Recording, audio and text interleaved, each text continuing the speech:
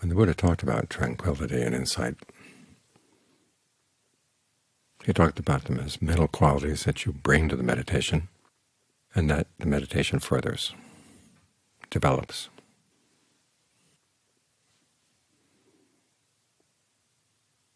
And you bring them both to the practice of concentration. Tranquility is basically answering the questions, how do I get the mind to settle down? How do I get it to stay? Insight answers the questions of how do we view fabrications? How do we see things in terms of fabrication, and then what do we do with them?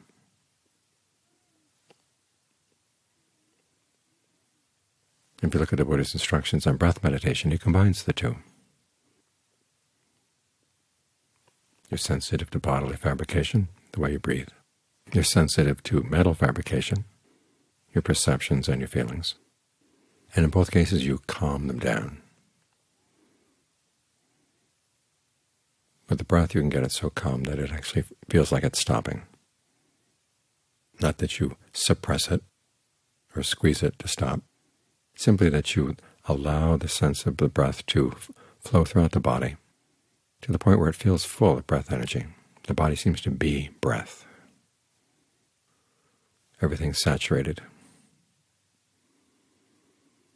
It's simply a matter of energy coming into energy, and the energy, you realize, starts in the body. When the air comes into the nose, it's because the signal has come from the body. It's not the air forcing its way in. It's the energy in the body that creates the space that allows the air to come in. When you shift your perception in that way, the breath grows a lot calmer.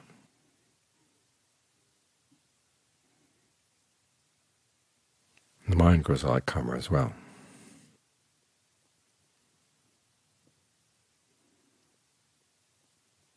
When you have that sense of fullness, it's a very calming sense. Sense of feeling sufficient right here.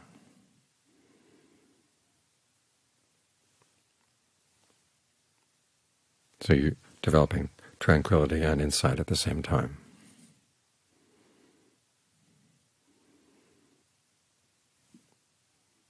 One of Ajahn Fuang's students came to him one time, and this was after she'd been meditating with him a couple of years.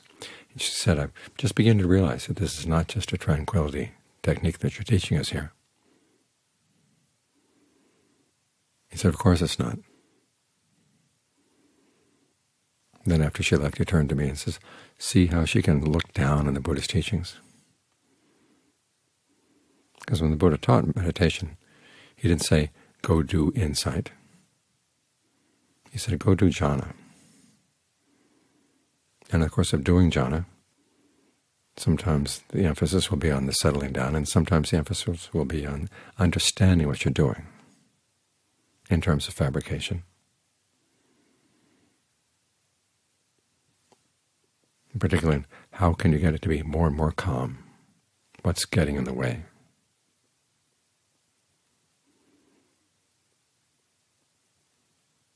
And as you understand what's getting in the way, you're going to understand the process of perception. The Forest Ajahns make the point that you don't have to try to understand all 5 aggregates all at once. You find one that really seems to be the key to everything else. You focus there.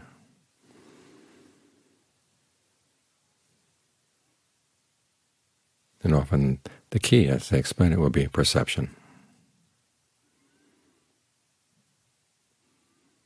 So as we're working with the breath, we're going to perceive the breath in different ways. As I said, first it's just the energy flowing through the body. Then you perceive the breath as originating in the body. And so you allow that sense of radiating energy from any of the resting spots that John Lee talked about. Tip of the nose, palate, the middle of the head, tip of the sternum, right above the navel. Wherever you feel that the breath energy is radiating from, focus your attention there.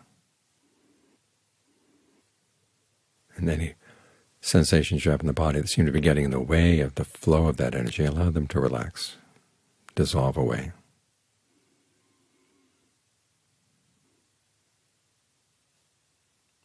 Until you feel like the breath is flowing everywhere.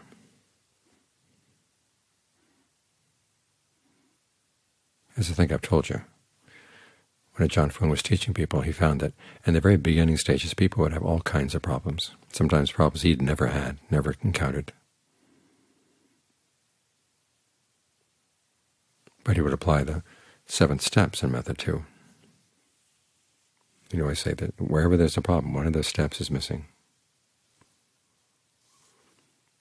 In the beginning stages, some people were coming from the west, so we'd have to tell them to go east. Some people were coming from the east, so we told them to go west.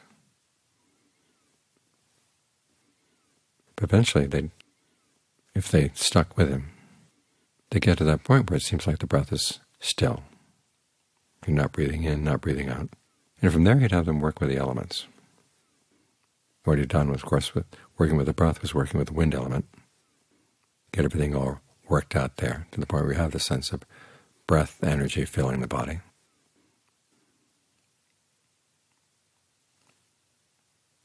And then the next step would be to get all the elements in balance. You start out by emphasizing them one by one. The first one would be fire.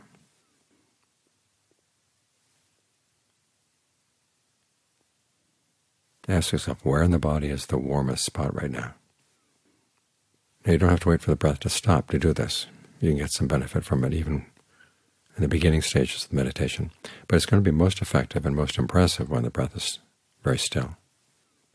But you ask yourself, where is the warmest spot in the body? Focus your attention there. And then as you did with the breath, think of that warmth spreading from that spot.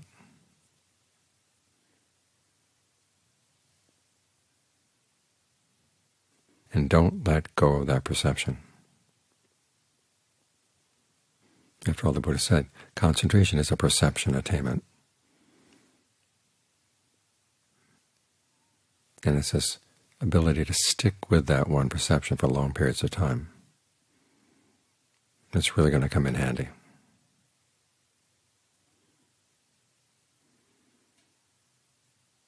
And see how warm you can make the body.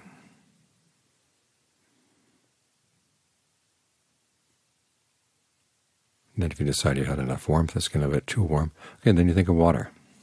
Your body is full of liquids of various kinds, and they should all be cooling. So where's the coolest spot in the body? Focus on that. Then think of that coolness radiating through the body, and hold that perception in mind. Don't let it waver.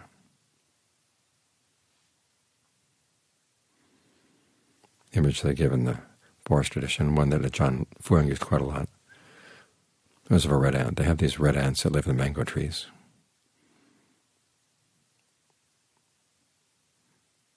I guess they feed off the sap of the mangoes. And they're very possessive. Anybody who climbs in a tree to get a mango, they're going to attack them. And their bite hurts. And if you try to pull them off as they're biting you, they hold on so tenaciously that their heads will snap off, even as they're still biting. So Ajahn Fuang would say, try to have that kind of tenacity as you stay focused. And then after water, you'd have your focus on earth. Where are the solid parts of the body? You can think of the bones. Or just think of a feeling of solidity down in the lower part of your torso.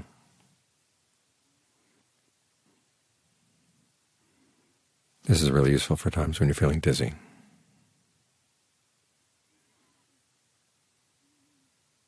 Just think of everything in the body being as solid as possible. And again, hold that perception in mind. Don't pay any attention to anything that would tell you that the perception is not right. You're seeing the power of your present actions. And there will be different possible sensations in your range of awareness. What you're doing here is being very selective.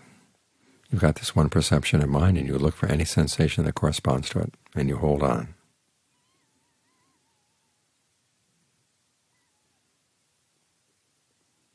You see the power of this selected focus. Then after you emphasized or exaggerated the different elements or different properties, he would have you bring them together. So it's just right, not too cold, not too hot, not too heavy, not too light. Think of a balance between the water and the fire, and a balance between the breath and the solidity, the earth.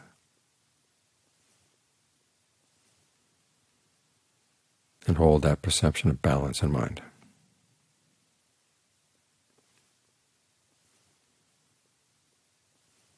From there you go to space. And this is where you see the virtue of holding on to that one perception. Because you realize that as you feel the space around the body, you could focus on the body, but here you're going to totally ignore any perceptions of the body. You're going to focus on anything that feels like space. When you can do that, things begin to connect up. It's as if the space permeates the body.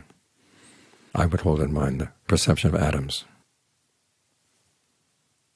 which are largely space, and just stay.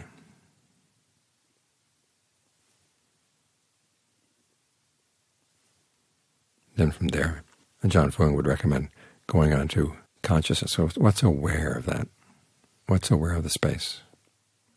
And again, focus just on that perception of aware, knowing, knowing, knowing.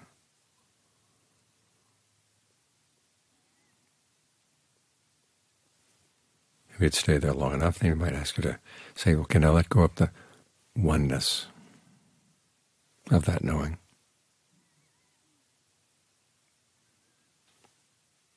And you find that the perception that follows on that is extremely light.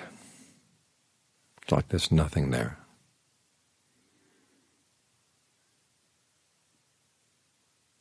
So what you're doing is that 8th step in the breath meditation, calming mental fabrication, as you get perceptions that are more and more calm.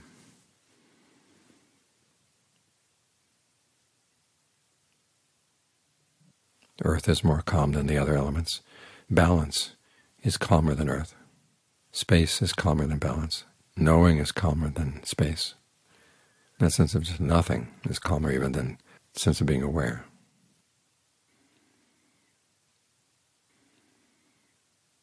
Now this requires strong focus.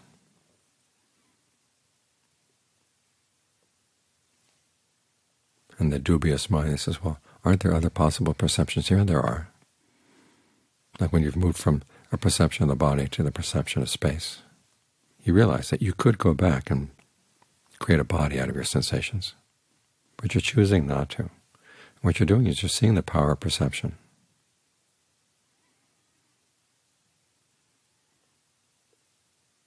That the images you hold in mind really do have an impact on shaping your mind and shaping your experience of what's going on inside you and around you. So again, it's an exercise in tranquility, and it's an exercise in insight.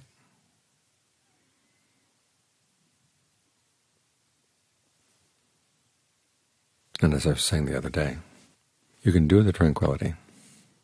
You can ask the questions about fabrication.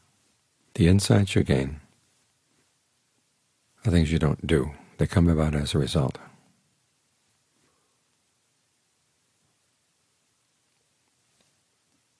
And as the Buddha said, you bring tranquility and insight to the meditation, and then they get developed by the meditation. And it's all the same meditations, doing right concentration, starting with right mindfulness, and as the mindfulness gets established, it turns into right concentration. It's all one practice.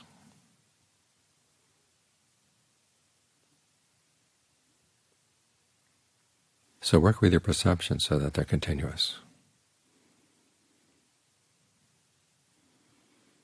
And you have the sense that you're tuning into different levels of your experience, or different levels of reality here. In the same way that you tune into different stations on a radio. The stations are there. Simply, you've got to get your tuning apparatus right and get it so it's steady. You don't want the kind of radio that jumps around or pulls in different stations all at once. Once you've tuned into one station, stay there.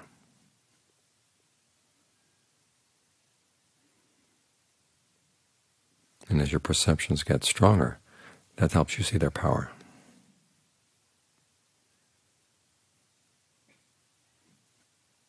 And the implications that that lesson has.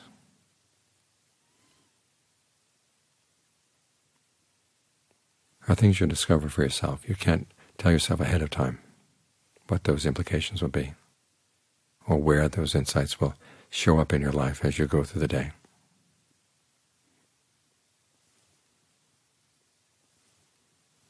But if you try to maintain your perception of the breath, maintain whatever perception of the element that you're going to focus on. And John Fung had one student who ran a store with her husband, who was able to keep the perception of space going throughout the day.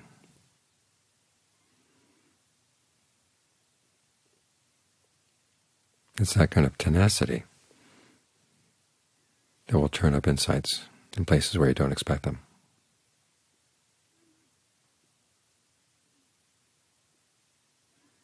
And those insights are the best kind.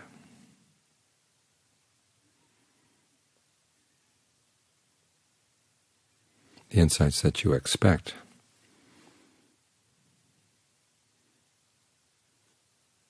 are not for sure. But the lessons that you didn't foresee, those are the ones that you know are a genuine insight.